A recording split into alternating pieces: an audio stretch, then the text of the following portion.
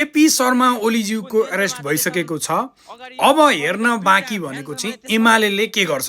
Initially UML प्रतिशोध भनेर भनेको छ, तर प्रतिशोध भन्दा पनि त्यत्रो आन्दोलन भयो, त्यत्रो मान्छेको मृत्यु भइसकेपछि त्यसलाई चाहिँ इनिसियल इन्भेस्टिगेसन गर्नको लागि, कस्टडीमा लिनको लागि र कोर्टमा जानको लागि चाहिँ प्रोसेस गर्नको लागि एमाले त्यसलाई सहयोग गर्छ कि गर्दैन भन्ने कुरा हो।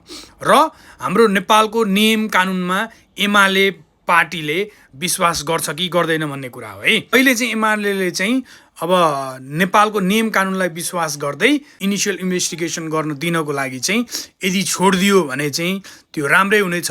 तर फेरि आगजनी गर्न थाल्यो, आन्दोलन गर्न थाल्यो भने चाहिँ त्यसले पनि फेरि सिचुएसनलाई अरू बढी इन्टेन्स बनाउन सक्छ।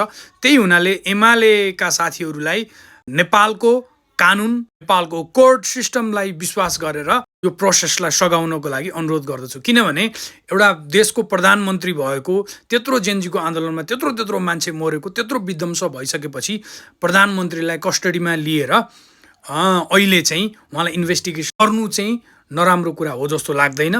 इलेक्सनको रिजल्टले पनि बताइसकेको छ।